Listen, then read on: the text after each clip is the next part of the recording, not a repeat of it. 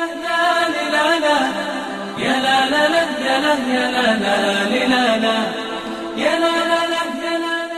আলাইকুম ভিউয়ার্স, কেমন আছেন? আশা করি সকলে অনেক ভালো আছেন। কে না চায় নিজের ফেসবুক, ইউটিউব পেজ এবং ইউটিউব চ্যানেলের জন্য এরকম সুন্দর সুন্দর লোগো ডিজাইন বানাতে। তো এই প্রসেসটায় আমি আপনাদেরকে দেখাবো কিভাবে এই লোগোগুলো বানাতে হয়। তো এর জন্য একটি অ্যাপসের প্রয়োজন হবে, ইনফিডিজাইন। এই অ্যাপসটি আপনারা প্লে স্টোর থেকে ডাউনলোড করবেন, সেখানে পেয়ে যাবেন, অথবা ডেসক্রিপশন বক্সে লিঙ্ক পেয়ে যাবেন, সেখান থেকে ডাউনলোড করবেন। এবং এই লেখাগুলো শেখার জন্য আরকি একটি আমি ছবি দিয়ে দেবো ড্রাইভ আকারে। আপনারা ডেসক্রিপশন বক্সের লিঙ্ক পেয়ে যাবেন ড্রাইভে, সেখান থেকে ডাউনলোড করে নেবেন। ভিডিও ভালো লাগলে অবশ্যই লাইক করে চ্যানেলটিকে সাবস্ক্রাইব করবেন। তো এর জন্য আমরা সর্বপ্রথম ইনফিডিজাইন অ্যাপসটি ওপেন করব। ওপেন করার পরে এখানে কিছু সেটিং করতে হবে আপনাদেরকে। তো এরপরে এই যে লেয়ার অপশনটা রয়েছে, এই লেয়ার অপশনে ক্লিক করে দেবেন। এরপরে আপনারা এইখানে কালো যে দাগটা রয়েছে এখানে ক্লিক করে দেবেন। এরপরে আপনাদের এরকম থাকবে, আপনারা সরাসরি এই গ্রিড অপশনটা অন করে দেবেন। 50 থাকবে, আপনারা ইচ্ছে মতো এখানে গ্রিড অপশনটা বাড়িয়ে নিতে পারেন। এরপরে এখানে যে নিচে যে 5টি অপশন রয়েছে, 6টি, এখানে আপনারা রংটা সিলেক্ট করে দেবেন। রংটা যে কোনো কালার দিতে পারেন, আমি সাদা করে কাজ করব। তো এরপরে ব্রাশের সাইজটা আপনারা 12 করে দেবেন, 12 বা 13 করে দেবেন। 12 করে দিলাম। তো এরপরে আমরা একটি নাম লিখব, মুস্তফা। তো ভাই ভিডিও কিন্তু ইউটিউবে এরকম অনেক পাবেন, কিন্তু বুঝিয়ে দেওয়ার মতন কোনো ভিডিও পাবেন না। আমি ইউটিউবে অনেক ভিডিও খুঁজেছি, এরকম ভিডিও আমি পাইনি। তো আমি শেষমেশ একটি কোর্স করেছিলাম, সেই কোর্স থেকে আমি এগুলো শিখেছি। তো আপনারা যদি এগুলো শিখতে চান তাহলে অবশ্যই আমার ভিডিওতে লাইক করে দিয়ে চ্যানেলটিকে সাবস্ক্রাইব করবেন। তাহলে আমি আপনাদের জন্য সম্পূর্ণ ফ্রিতে এরকম একটি ভিডিও আনবো। আপনারা যদি আমার উপকার করেন তাহলে আমি আপনাদের উপকার করব, এটাই স্বাভাবিক বিষয়। আমি আগে ভিডিও বানালাম, ভিডিও ছাড়লাম, আপনারা আমার ভিডিও থেকে উপকৃত হলেন, কিন্তু আমি উপকৃত হলাম না। এটা খুবই আমার দুঃখজনক, কারণ আপনারা আমার ভিডিও ওয়াচ করেন না। দেখি ২-১ জন আমার ভিডিও দেখেন, কিন্তু সম্পূর্ণভাবে দেখেন না, আবার সাবস্ক্রাইবও করেন না। তো বেশি কথা না বাড়াই, তো এখন আমরা মিম লিখব। তো মিমের কিছু অংশ লিখে ফেলেছি আমরা। এভাবে মিম লিখব। মিম লেখার পরে সল লিখব। আমরা সলটা লিখে ফেললাম। এরপরে ত লিখব, এটা তর শেপ।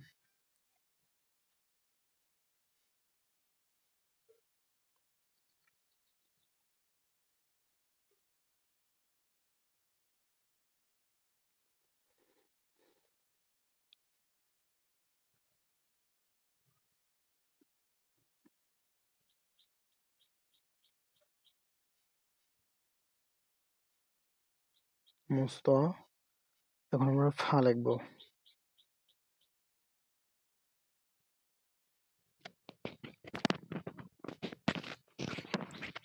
এরপরে ইয়া।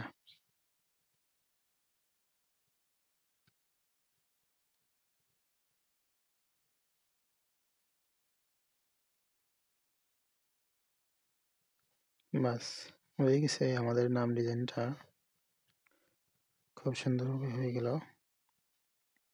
তো আমরা এখানে একটি রাউন্ড শেপ দেব।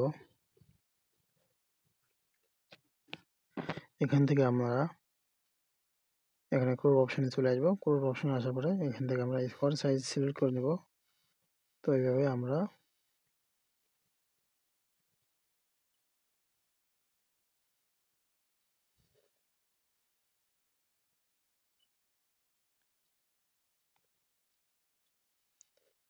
সাইজটা সিলেক্ট করে নেব।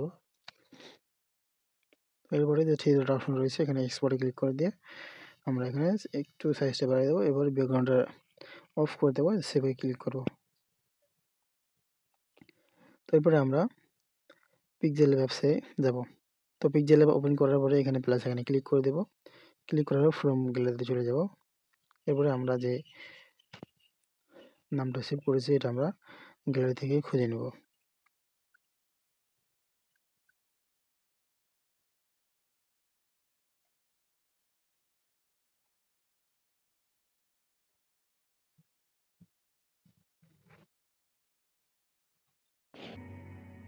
سبيل الدموع سبيل مريح، تنهدى يا صاحي كي تستريح، وبث الدعاء الخفي الصريح يسعك الفضاء الرحيب الفسيح سبيل الدموع سبيل مريح تنهدى يا صاحي كي تستريح وبث الدعاء الخفي الصريح يسعك الفضاء الرحيب الفسيح فبالله كم تستطب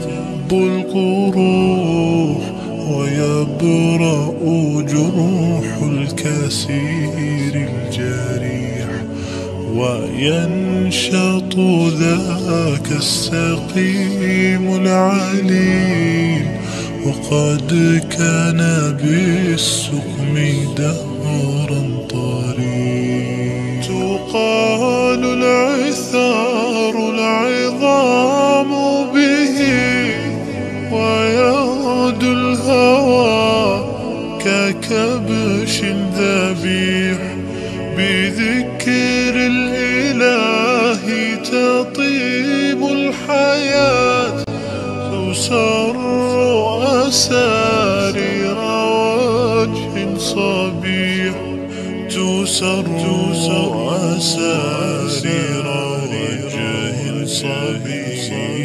سبيل الدموع سبيل مريح تنهدى يا صاحي كي تستريح وبث الدعاء الخفي الصريح يسعك الفضاء الرحيب الفسيح سبيل الدموع سبيل مريح تنهدى يا صاحي كي تستريح وبث الدعاء الخفي الصريح يسعك الفضاء الرحيب الفسيح تنحى يا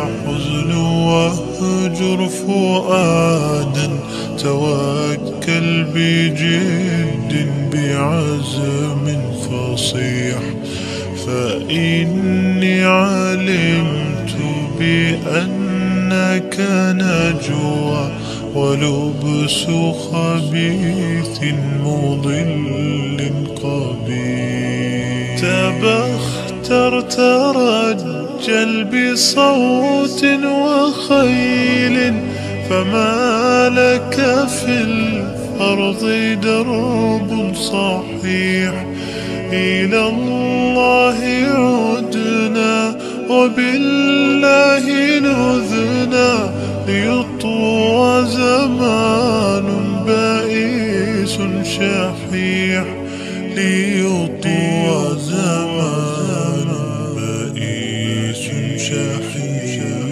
سبيل الدموع سبيل مريح تنهدى يا صاحي كي تستريح وبث الدعاء الخفي الصريح يسعك الفضاء الرحيب الفسيح سبيل الدموع سبيل مريح تنهدى يا صاحي كي تستريح وبث الدعاء الخفي الصريح يسعك